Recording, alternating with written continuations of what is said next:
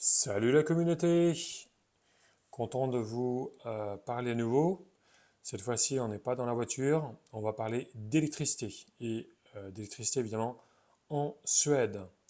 On va s'intéresser à la production d'électricité, d'où provient cette électricité, est-ce qu'elle est décarbonée? On va comparer avec la France et dans un second temps, on va regarder le prix de l'électricité et on va également comparer avec la France. Et pour conclure, est-ce que c'est intéressant d'avoir une voiture électrique en Suède compte tenu du taux de carbone de l'électricité et de son prix? Voilà, bonne vidéo. Première partie donc, c'est la production d'électricité. En Suède, la production d'électricité, c'est avant tout l'hydroélectrique. On est à 41%. D'ailleurs, la compagnie nationale s'appelle Vattenfall. Vattenfall, c'est les chutes d'eau. Donc c'est la production historique en Suède, dans le nord de la Suède. Beaucoup de barrages hydroélectriques. En France, on a 15%, mais une production un peu plus importante en France. Euh, le deuxième poste en Suède, c'est le nucléaire. On est à 31%. En France, on est à 67%, donc on n'est pas étonné par le niveau en France. 31% en Suède, ça reste du même, ça bouge pas. Beaucoup de projets pour, un peu comme beaucoup de discussions, un peu comme en France, pour augmenter la part du nucléaire. Mais comme on le verra plus tard, on a un problème de financement parce que ça coûte très cher. Quatrième poste, on a la production de chaleur à partir de pellets et autres. Donc comme en France, à peu près la même proportion. Et le deuxième et le dernière production, c'est le solaire. On est à 2%. En France, on est à 5%. Alors évidemment, en France, toute la partie sud de la France, c'est que du soleil. Donc on devrait produire beaucoup. Et ça produit énormément en France. On commence à en voir beaucoup de panneaux solaires, mais il y a un potentiel qui est quand même gigantesque. En Suède, on peut se dire que le potentiel est faible, ce qui est partiellement faux. Euh, Durant l'été, le soleil est pratiquement tout le temps. Donc on a du soleil, on a du soleil pratiquement tout le temps, donc les panneaux solaires ça marche bien. Il y a une grosse augmentation des panneaux solaires et de la production solaire depuis les crises énergétiques. Et donc ça marche bien.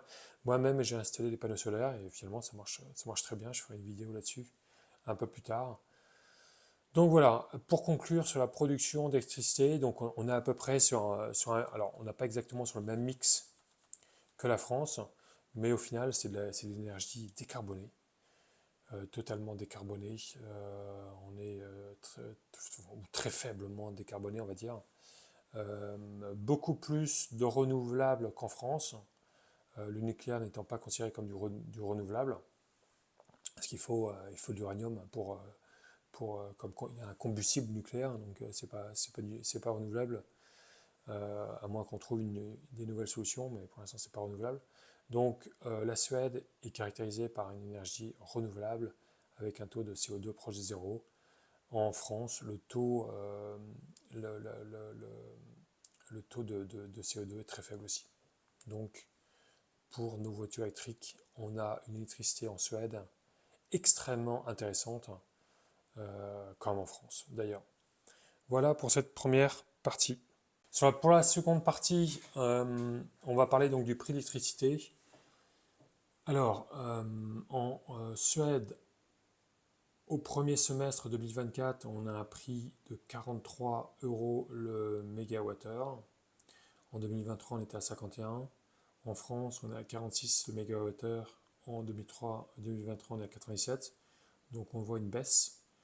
La baisse, elle est continuelle depuis la crise énergétique et depuis l'invasion de l'Ukraine par la Russie. Là où on a eu un pic, les prix ne font que de baisser. On peut le voir aussi à travers les prix spot en Suède depuis janvier. Donc on était à 70 euros en janvier, on est à 7 euros en août en moyenne. donc on est proche de zéro. Il y a également une image que je voulais vous montrer, c'est le prix actuel. Pendant que je tourne la vidéo, on est à 4 euros le mégawattheure actuellement en Suède. Donc on est vraiment proche de zéro. Et là, ce sont des moyennes, hein, à part évidemment 4 euros, mais quelquefois ça passe en négatif. On a des moments où les prix passent en négatif. En France aussi, les prix spot sont en négatif. Pour quelle raison, vous allez me dire, on passe en négatif? Eh bien, c'est l'éolien. Lorsque le vent est fort, vu qu'il y en a une augmentation phénoménale du parc éolien, eh bien, il y a trop d'électricité. Donc, du coup, le prix devient négatif.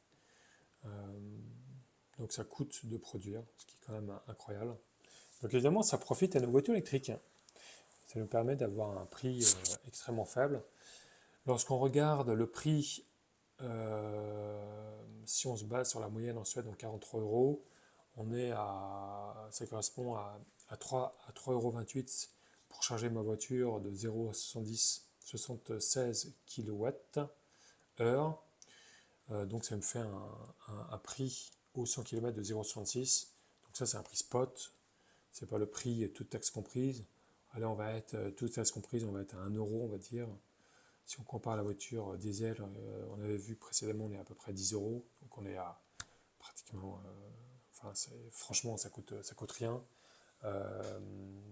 Si on prend un prix,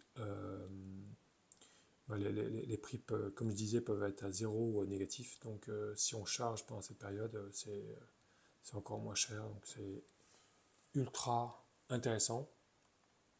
J'ai fait également cette slide sur les prix des différentes énergies.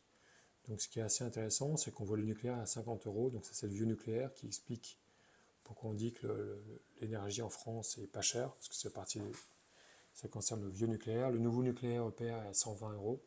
Donc c'est très très cher du fait des mesures de sécurité. Et donc ça explique pourquoi c'est compliqué pour trouver des financements. La géothermie est à 43, géothermie qu'on connaît mal en France mais qui est extrêmement présent en Suède dans les maisons, parce qu'il suffit de creuser dans la pierre et puis on trouve de la chaleur, donc ça permet d'avoir de la chaleur dans la maison et puis de chauffer l'eau.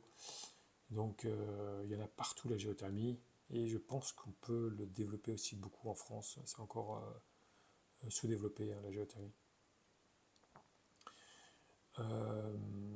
Ensuite, l'éolien terrestre est vraiment pas cher, donc 57. L'éolien en mer est 145. Donc c'est assez cher. Donc on peut se poser la question pourquoi c'est aussi cher, pourquoi ça se développe, hein, sachant que c'est aussi cher. Après, il y a peut-être des contrats avec des industries qui sont prêts à payer un peu plus, mais avoir de l'énergie décarbonée. Donc c'est toujours pareil, l'énergie décarbonée va coûter un peu plus cher. Mais c'est l'objectif de tout le monde, c'est d'avoir de l'énergie décarbonée. Donc voilà pour les prix. Conclusion sur les prix et pour nos voitures électriques. Donc la Suède, c'est le paradis des voitures électriques avec un prix extrêmement bas. On passe à la conclusion. La conclusion, elle va être assez rapide, la conclusion. On a répondu aux deux questions. A-t-on une énergie décarbonée en Suède? Oui, proche de 100%, comme en France. A-t-on une énergie pas chère? La réponse est oui, elle est vraiment pas chère. En plus, on profite, comme je disais, d'un prix variable. Donc on peut jouer sur les prix, on peut essayer de recharger quand c'est pas cher. C'est pas aussi peu flexible qu'en France. En France, on va avoir un prix la journée, un prix la nuit, qui est fixé par EDF. Enfin, c'est des prix qui sont déterminés à l'avance, etc. Ici, on est uniquement sur le prix variable. Donc, dès qu'on a un prix bas, il suffit de charger la voiture. Donc, c'est quand même hyper intéressant. Donc, la voiture électrique est très bien adaptée à la Suède. Je pense que c'est l'un des pays les plus adaptés à la voiture électrique, du fait de ces caractéristiques de l'énergie.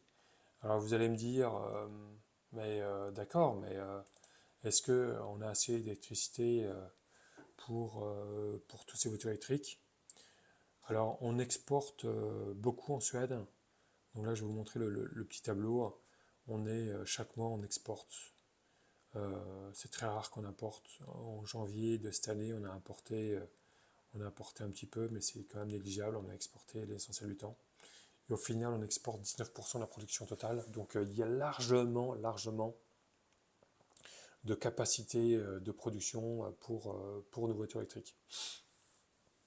Donc voilà, j'espère que cette vidéo vous a plu. J'espère que vous avez appris des choses. N'hésitez pas, comme d'habitude, d'une part à vous abonner, puis de mettre un pouce vers le haut. Et puis si vous avez des commentaires, n'hésitez pas, ce sera avec grand plaisir. Allez, salut pour une prochaine vidéo.